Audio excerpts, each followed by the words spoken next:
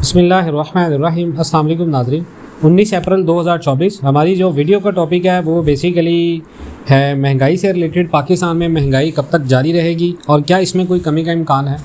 پاکستانی حکومت کی طرف سے ایک ہفتے میں 2 مرتبہ پیٹرول پروڈکٹس کی قیمتوں میں اضافے کے بعد یقیناً پاکستان کے اندر ہر گھر میں یہ بات زیر بحث ہے کہ اب کیا ہوگا، خرچہ کیسے چلے گا اور کیا حالات بدتر ہونے جا رہے ہیں۔ انتہائی ٹیکنیکل وجوہات نہ صحیح، لیکن یہ سب کا معلوم ہے کہ پیٹرولیم پروڈکٹس کی قیمتوں کا براہ راست پاکستان کے اندر جو اثر ہے وہ مہنگائی پر پڑتا ہے، اور کچھ دنوں میں کسی بھی دکان پر پہنچ کر آپ کو روزمرہ کی جتنی بھی چیزیں ان کی قیمتوں میں اضافے کی خبر ملتی ہے اور آپ کا دل کھٹا ہو سکتا ہے۔ وزیر خزانہ اورنگزیب صاحب کہہ چکے ہیں کہ حکومت اب بھی پیٹرول پر روپے اور ڈیزل پر روپے کی سبسڈی دے رہی ہے، اور اس حوالے سے آنے والے جو جون ہے اس کو دی جانے والے بجٹ میں بہت سے معاملات سمٹ جائیں گے۔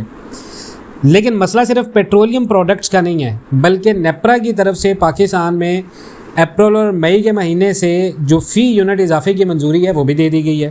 اب اس ممکنہ اضافے کا اثر عام عوام کی جیب پر براہ راست تو پڑے گا ہی، لیکن ساتھ ہی اس کے باعث مہنگائی میں بھی اضافہ ہوگا۔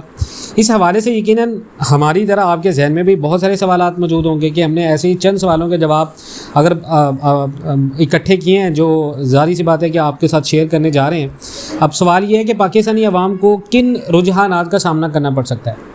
دیکھیں جی، 3 چیزیں ہیں۔ یہ اضافہ سب کے لیے ہے، امیر غریب اور مڈل کلاس طبقے کے افراد سب کے لیے اس سے متاثر ہوں گے، اور اس میں ٹارگٹ زاویہ لانا بہت زیادہ ضروری ہے۔ دوسرا یہ کہ پیٹرولیم پروڈکٹس کی قیمتوں میں اضافے کے باعث اگر ٹرانسپورٹیشن کی کاسٹ میں اضافہ ہو جاتا ہے، جس کی وجہ سے کھانے پینے کی چیزیں بھی مہنگی ہو جاتی ہیں۔ دوسری طرف بجلی کی قیمت میں جب اضافہ ہوتا ہے تو کاروبار جتنے بھی بزنس ہیں ان پر آنے والی کاسٹ میں اضافہ ہوتا ہے، اور ان دونوں کی وجہ سے خدشہ یہ ہوتا ہے کہ جو لوگ اس وقت مارجن پر ہیں وہ غربت کی سطح سے نیچے گر جاتے ہیں۔ اب کیا سوال یہ ہے کہ کیا ایسا کرنے کے علاوہ حکومت کے پاس کوئی چارہ نہیں ہے؟ حکومت اور اکثر معاشی ماہرین کی طرف سے یہ بات کئی مرتبہ پاکستان کے اندر جو ہے وہ بار بار کی جاتی ہے کہ کیا یہ اضافہ جو ہے وہ ناگزیر تھا، لیکن دیکھیں ماننا یہ ہے کہ تمام بوجھ غریب عوام پر ہی کیوں ڈالا گیا جو اس سے زیادہ متاثر ہوں گے۔ ابھی تو حکومت کے پاس کوئی چارہ نہیں تھا کیونکہ IMF سے امداد لینی تھی، اور IMF کہتا ہے جی اس ٹینشن کو دور کیا جائے، لیکن چارہ بالکل ہے اگر ہم ریفارمز لائیں تاکہ ہم جو اس کا بوجھ لوگوں پر مہنگائی کی شکل میں ڈال رہے ہیں لوگوں کو امید نظر آئے۔ اگر ہم نے ایک چھوٹی لیول کی منصوبہ بندی IMF کو دی ہوتی، جو افسوس سے یہ کہنا پڑتا ہے کہ حکومتی اتحاد کے پاس نہیں تھی کیونکہ کوئی بھی ڈائریکشن نہیں دکھائی دے رہی، اس لیے کہ اس کی تکلیف اور بھی بہت زیادہ ہے، اور کیونکہ اس غیر یقینی صورتحال کا نتیجہ کیا نکلے گا، مہنگائی میں اضافہ کب تک جاری رہے گا، کیا اس میں کوئی کمی کا امکان ہے؟ اس وقت پاکستان میں مجموعی طور پر اگر مہنگائی کی شرح دیکھیں تو 28% ہے، جبکہ صرف اشیاء خرد و نوش جو ڈیلی بیس پہ چیزیں ہم یوز کریں ان سے متعلق مہنگائی کی شرح 25% کے لگ بھگ ہے۔ تو اگر ماہرین کے اندازوں کے مطابق تقریباً 1 سال تک اس میں کمی آنے کی توقع نہیں ہے۔ شرح سود بھی اوپر جائے گی، معیشت جو حد سے زیادہ پھیلی ہے وہ اب سکڑے گی، تو اب مہنگائی کی شرح 2024 جون کے بعد نیچے آنے کی توقع آپ کر سکتے ہیں، لیکن ایسا ہوگا نہیں۔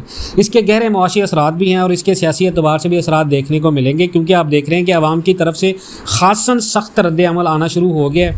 اشرافیہ سے آپ قربانی نہیں مانگ رہے، سارا بوجھ عوام پر ڈالا جا رہا ہے۔ کیا ان اضافوں سے اگر آپ دیکھیں تو پاکستان معیشت سنبھل سکتی ہے؟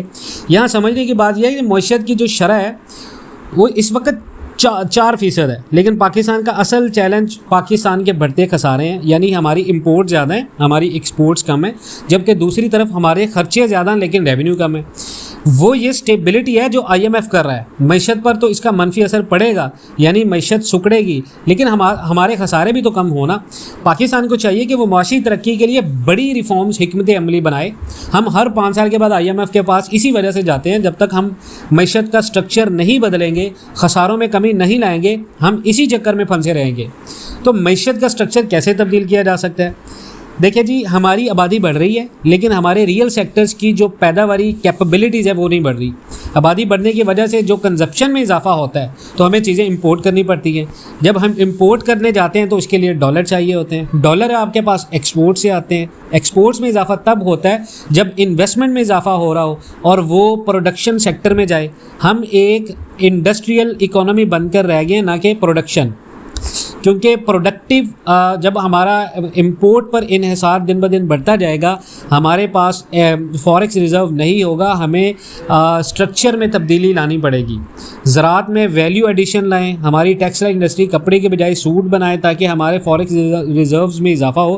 سب سے اہم بات یہ ہے کہ ہم اپنی نالج بیسڈ اکانومی اور انفارمیشن ٹیکنالوجی کے سیکٹر میں تھوڑی سی چھوٹ دیں اور انویسٹمنٹ کی اٹریکشن دیں، ورنہ ایسے ممالک جن کا ڈپینڈنسی تیل کی امپورٹ پر ہے وہ ڈیلی بیس کی جو کموڈیٹیز ہیں وہ امپورٹ کرتے ہیں، کیونکہ وہ آبادی کو کنٹرول نہیں کر پا رہے، اور ان کے حالات مجھے بہت مشکل دکھائی دے رہے ہیں، جن میں ایک پاکستان بھی ہے۔ اور پاکستان میں مہنگائی تب تک جاری رہے گی جب تک جو ریفارمز ہم نے بات کی تب تک آپ ریفارمز نہیں کریں گے۔ آپ اس بارے میں کیا رائے رکھتے ہیں کامنٹ سیکشن میں ضرور بتائیں۔ انشاءاللہ ملتے ہیں نیکسٹ ویڈیوز میں، تب تک کے لیے اللہ حافظ۔